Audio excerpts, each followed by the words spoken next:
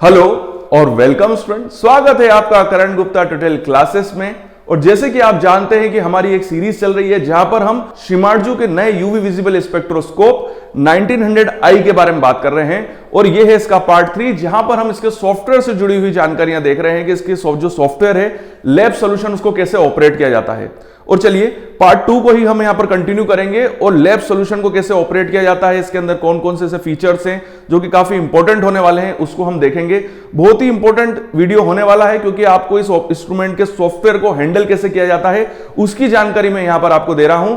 तो ज्यादा समय नहीं गवाते हैं और चलिए वीडियो स्टार्ट करते हैं और चलते हैं हम अपने कंप्यूटर स्क्रीन की तरफ और यहां पर हम देखेंगे कि इसके जो सॉफ्टवेयर है उसको कैसे हैंडल किया जाता है। मांग रहा है, इसको हमने सेव कर दिया है।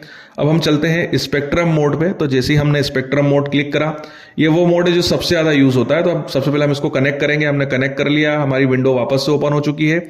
अब यहाँ पर आप जो भी देना चाहते हैं, फाइल नेम ये सब दे सकते हैं। ये हमने पहले से एक डेमो फाइल बना रखी थी तो उसी को हमने यहाँ पर डाल दिया है।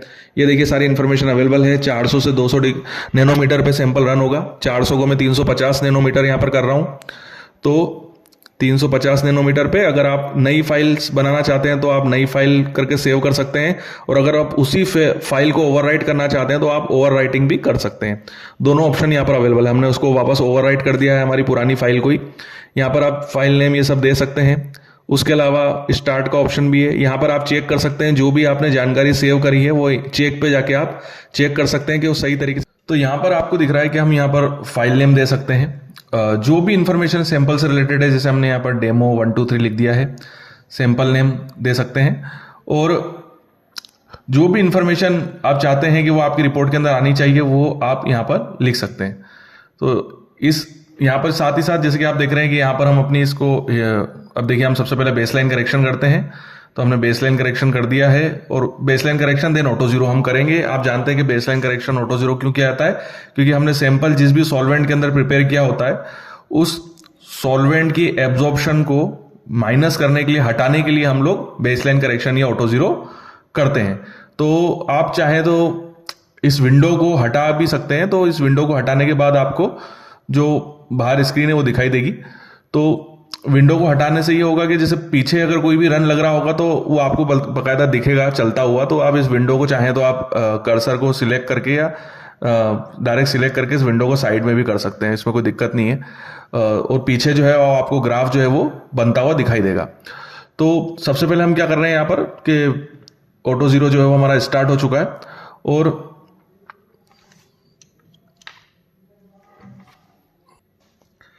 तो यहां पर जो है वो आप देख रहे हैं कि हमारा सैंपल का जो है वो ऑटो जीरो जो है वो स्टार्ट हो चुका है और ऑटो जीरो हो चुका है कंप्लीट। यहां पर जैसे कि आप देख रहे हैं कि ऑटो जीरो हमारा हो चुका है।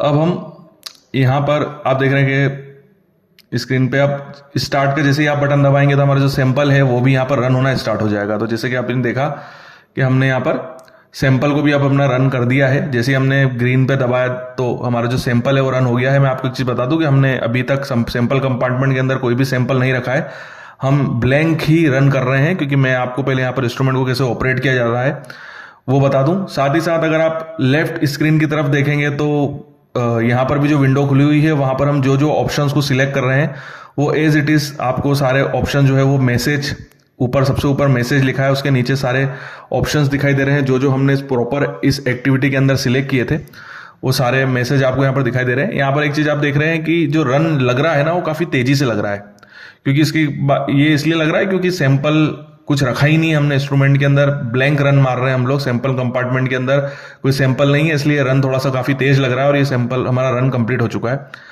अब हम ये देखेंगे कि पीक कैसे पकड़ते हैं, पीक को कैसे डिटरमाइन करते हैं उसको देखते हैं। सबसे पहले हमको इसको बंद करना होगा इस विंडो को। तो हम क्लोज पे जाएंगे। क्लोज को हम जैसे सिलेक्ट करेंगे विंडो सब बंद हो गई है। तो यहाँ पर आपको ये ऑप्शन दिखाई दे रहा होगा। तो आप यहाँ पे व्यू में जा सकते हैं तो या ग्राफ पे जा सकते हैं। उसके बाद हमारे पास इंस्ट्रूमेंट ऑप्शन है, ठीक है। और ग्राफ में आपको दिख रहा होगा यहाँ पर कस्टमाइज ऑप्शन दिख रहा है यहाँ पर हमको। और यहाँ पर आपको देखिए ग्राफ के ऊपर 3 ऑप्शन है, एक्टिव, ओवरले और इवोल्यूशन। यहाँ पर हमको अभी ओवरले ऑप्शन दिखाई दे रहा है। ओवरले ऑप्शन से ये होगा कि जब एक से ज्यादा रन लग जाएंगे तो हमको एक साथ सारी पीक को अगर एक ही साथ देखना है, मान लीजिए हमने एक साथ 3 रन 4 रन 1 2 3 4 मतलब एक से ज्यादा रन लगाए हैं और सभी को साथ में देखना है, तो हम ओवरले को सिलेक्ट करते हैं। इवैल्यूएशन ऑप्शन जो हमने अभी सिलेक्ट किया है, यह तब हम सिलेक्ट करते हैं अगर हमको HD, RSD, average value, standard aviation देखना होता है, तो ये ऑप्शन होता है। बट अगर आपको एक सिंगल रंग देखना है तो आप एक्टिव को सिलेक्ट करते हैं। देखिए यहाँ पर हमने एक्टिव को सिलेक्ट करा है, तो यहाँ पर हमको ये पीक दिख रही है। वैसे तो कोई पीक है नहीं, सारी पीक नेगेटिव में आ रही है क्योंकि सैंपल कंपार्टमेंट में कोई सैंपल नहीं है। हमको सबसे ज्यादा जो ऑप्शन यूज करते हैं हम लोग, वो करते हैं पॉइंट पीक ऑप्शन। जी हाँ, पीक पकड़ाने के लिए जिस ऑप्शन को हम सिलेक्ट करते हैं वो है पॉइंट पीक, जो आपको 3rd नंबर पे दिखाई दे रहा होगा। इस ऑप्शन को हम सिलेक्ट करते हैं पीक पकड़ाने के लिए, पॉइंट पीक ऑप्शन होता है। मगर अभी हमने जो ऑप्शन सिलेक्ट किया है वो है पीक ऑप्शन। यहाँ पर आप देख रहे हैं कि यहाँ पर आपको दिखाई दे रहा है कि इसमें बता रहा है कि 8 पॉइंट्स है डिफरेंट जिसपे पीक आई है। बेसिकली वो सब नेगेटिव पीक आई हुई है। और यहाँ पर थ्रेशोल्ड भी हमको दिखाई दे रही है प्रॉपर। पीक के ऊपर सिलेक्टेड है, वैली के ऊपर हमने सिलेक्ट नहीं करा है, ये सिलेक्टेड है, इसके आपको कोई भी चेंजेस यहाँ पर नहीं करना। हमने यहाँ पर वैली को भी सिलेक्ट कर दिया है और एग्जीक्यूट किया है हमने इसको। तो पीक प्लस वैली दोनों चीजों को पकड़ रहा है। अब हमने पीक को ऑप्शन को हटा दिया है, केवल वैली को सिलेक्ट किया है, तो यहाँ थ्रेशोल्ड कम हो गया है अगर आप वैली को सिलेक्ट करते हैं तो। ठीक है, तो वैली टू वैली आएगा आपको एरिया। ये देखिए अभी हमने पीक को सिलेक्ट किया हुआ था और वैली को सिलेक्ट किया है यहाँ पर पीक पे, तो हमको वैली टू वैली ऑप्शन दिखाई दे रहा है। वापस ओवरले, वापस हम एक्टिव मोड पे आ रहे हैं, एग्जीक्यूट कर रहे हैं वापस से हम लोग। जो भी आप ऑप्शन सिलेक्ट करेंगे, चाहे आप पीक का ऑप्शन सिलेक्ट करेंगे तो आपको एग्जीक्यूट करना है, और अगर आप वैली का ऑप्शन सिलेक्ट करेंगे तो आपको एग्जीक्यूट करना है, तभी वो अप्लाई होगा। अब हम यहाँ पर हमने थोड़ा सा स्क्रीन को मिनिमाइज कर दिया है और यहाँ पर हम दूसरे ऑप्शंस को भी देखेंगे। तो यहाँ पर आप जैसे देख रहे हैं कि हम अपनी पीक पकड़ा रहे हैं, तो पॉइंट पीक एक बेहतरीन ऑप्शन है। यहाँ पर हमको जो कर्सर है उसको जहां भी आपकी पीक आएगी वहां पर लेके जाइए, और ऐड का ऑप्शन आप जैसे ही दबाएंगे वहां पर वेवलेंथ भी आ जाएगी और पीक का जो भी एब्जॉर्बेंस होगा वो भी आपको यहाँ पर दिखाई देगा। अगर आप कर्सर को आगे नहीं बढ़ा सकते हैं तो वेवलेंथ वाले ऑप्शन पे चाहे तो वहां पर आप पीक को सीधा आप वहां पर आप टाइप कर दीजिए, तो आप उसे भी ऐड कर सकते हैं। या आप डायरेक्ट इस तरीके से जूम करना चाहें तो आप डायरेक्ट लेफ्ट क्लिक करके सिलेक्ट करके भी आप जूम कर सकते हैं और फिर पीक को सिलेक्ट करके आप वहां पर ऐड कर सकते हैं। तो इस तरीके से भी आप पीक पकड़ा सकते हैं। ये जूम वाला ऑप्शन उनके लिए अगर बहुत ही माइन्यूट पीक आएगी तो उस केस में हम ये कर सकते हैं। उसके अलावा यहाँ पर ऊपर आपको 2 ऑप्शन दिख रहे हैं, टेम्पलेट ऑप्शन है और सेव एज ऑप्शन है। तो यहाँ पर आप सेव कर सकते हैं, आप इस पूरी फाइल को जो है हम यहाँ पर सेव कर सकते हैं। साथ ही साथ वापस हम यहाँ चलते हैं। अब हम यहाँ देखते हैं कि कैसे इसका रिपोर्ट देखना है। तो हम एडिट प्लेटफॉर्म पे जाएंगे, सेम फोटोमेट्रिक मोड पे जैसे गए थे, और एडिट प्लेटफॉर्म पे हम ओपन पे जाएंगे। तो यहाँ पर आपको सारे यहाँ पर रिपोर्टिंग फॉर्मेट दिखाई दे रहे हैं। तो इसमें से आप कोई सा भी रिपोर्टिंग फॉर्मेट जो है वो हम यहाँ पर सिलेक्ट कर सकते हैं। जैसे स्पेक्ट्रम पीक है, स्पेक्ट्रम पीक एरिया है, स्पेक्ट्रम पॉइंट पीक है। तो हमने सिलेक्ट किया है स्पेक्ट्रम पॉइंट पीक। ये हमने एक रिपोर्टिंग फॉर्मेट जो है वो यहाँ पर सिलेक्ट किया है। तो इस रिपोर्टिंग फॉर्मेट पे आप ले सकते हैं। और अगर आपको कुछ ऐड करना है तो नीचे हमने रिपोर्ट टेम्पलेट्स हैं यहाँ पर हमारे पास। तो रिपोर्ट टेम्पलेट्स में सारे हेडर, फुटर, ये सारी चीजें हैं। यहाँ पर ऑब्जेक्ट लिस्ट है, देखिए वापस ये हट गया है। जैसे आप ऑब्जेक्ट लिस्ट को क्लिक करेंगे, अगर ये ना दिखे तो आपको यहाँ ऊपर व्यू में जाके ऑब्जेक्ट लिस्ट को सिलेक्ट करना है, तो ये सारे हेडर फुटर ऑप्शन दिखाई देंगे। देखिए अभी वापस से दिखाई देने लग गए हमको। अब इसमें आपको अगर कोई चीज ऐड करना है इस रिपोर्टिंग फॉर्मेट के अंदर, हेडर के अंदर, फुटर के अंदर, पेज नंबर, कोई पिक्चर अगर इसके अंदर ऐड करनी है तो आप इसके थ्रू ऐड कर सकते हैं। देखो यहाँ ऑप्शन नीचे डायग्राम का एक ऑप्शन दिखाई दे रहा है। तो डायग्राम पे जाके आप कोई भी डायग्राम अगर इस रिपोर्टिंग फॉर्मेट के अंदर कोई लोगो ऐड करना चाहते हैं तो आप यहाँ पर ऐड कर सकते हैं। तो एक नया रिपोर्टिंग फॉर्मेट आप अपने हिसाब से ऐड कर सकते हैं। नेक्स्ट, अगर आपको इस ग्राफ की कोई स्टाइल चेंज करनी हो, कलर चेंज करना हो, वर्ड चेंज करना हो, वर्ड को अलग जैसे रोमन में, इटैलिक में, जो भी आपको वर्ड की साइज चाहिए या जो आपको ग्राफ मिल रहा है उसका कलर चेंज करना हो, कोई भी पैटर्न चेंज करना हो, तो आप यहाँ सेटिंग में जाके ये ऑप्शन सिलेक्ट कर सकते हैं। तो यहाँ पर आपको सारे ऑप्शन मिल जाएंगे। तो जो भी आप यहाँ पर देंगे कमांड, उस हिसाब से यहाँ पर आपका जो ग्राफ का जो पैटर्न होगा, जो स्टाइल होगा, वो प्रॉपर वे में चेंज हो जाएगा। तो इसको आपको बार बार करने की जरूरत नहीं है, आप एक बार कर लीजिए तो वो हमेशा आता रहेगा। बट अगर आपको कोई स्पेशल केस में लगे कि नहीं मुझे यहाँ पर कुछ अलग चाहिए ग्राफ, थोड़ा सा मुझको अपनी रिपोर्टिंग फॉर्मेट के हिसाब से कुछ अलग दिखाना है, ये मेरे लिए इंपॉर्टेंट ग्राफ है, तो आप उसके हिसाब से यहाँ पर ये चेंजेस कर सकते हैं। तो जो भी आप यहाँ पर चेंजेस करेंगे उस हिसाब से आपको यहाँ पर आपका ग्राफ दिखाई देगा। तो देखिए यहाँ पर हमने ये जैसे लाइन है तो लाइन को चेंज कर दिया है, थोड़ा ज़्यादा उसको डार्क बना दिया है।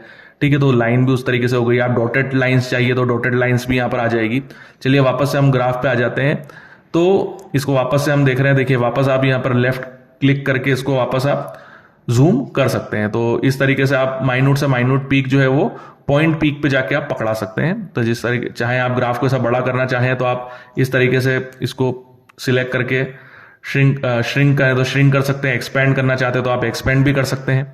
ठीक है, तो बहुत ही अच्छा फिर इसके अंदर दिए गए हैं सारे ऑप्शंस। आपको सेव करना है तो आप डायरेक्ट सेव कर लीजिए। अगर आपको इसको पीडीएफ में कन्वर्ट करना है तो आपको प्रिंट वाला बटन दबाना है। प्रिंट में जैसे ही आप जाएंगे यहाँ पर फाइल नेम, यहाँ पर सबसे पहले हम सेव कर रहे हैं इसको, तो पहले सेव कर लेते हैं। तो यहाँ पर मैंने इसका नाम दे दिया है डेमो, और ये जिस भी लोकेशन में हो रहा है वो आपको ऊपर दिख भी रही है। चाहे तो आप इसके लिए एक स्पेशल फोल्डर भी बना सकते हैं, तो उस पर्टिकुलर फोल्डर पे भी जाके जमा हो जाएगा।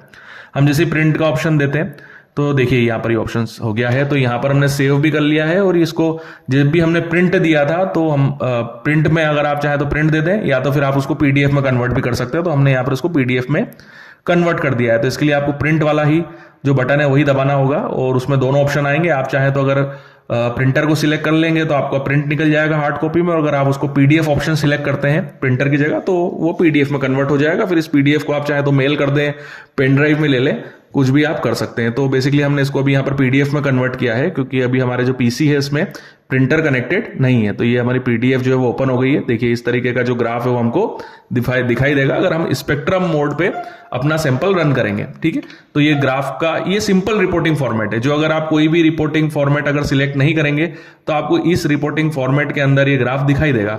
और अगर आपके पास कोई स्पेशल रिपोर्टिंग फॉर्मेट है तो आपको एडिट प्लेटफॉर्म पे जाना है। देखिए हम वापस जाते हैं एडिट प्लेटफॉर्म के अंदर, और वहां पर हमको कोई भी एक स्पेशल रिपोर्टिंग फॉर्मेट के अंदर ये ग्राफ चाहिए, तो जो भी रिपोर्टिंग फॉर्मेट आप सिलेक्ट करेंगे उस रिपोर्टिंग फॉर्मेट के अंदर आपको आपकी रिपोर्ट मिल जाएगी। देखिए वापस चलते हैं हम एडिट प्लेटफॉर्म पे, यहां पर हम गए तो ये हमारा स्पेक्ट्रम पॉइंट पीक वाला जो हमने ओपन किया था ये खुला हुआ है। अब इसका अगर हमको प्रिंट चाहिए तो हम फाइल पे जाएंगे।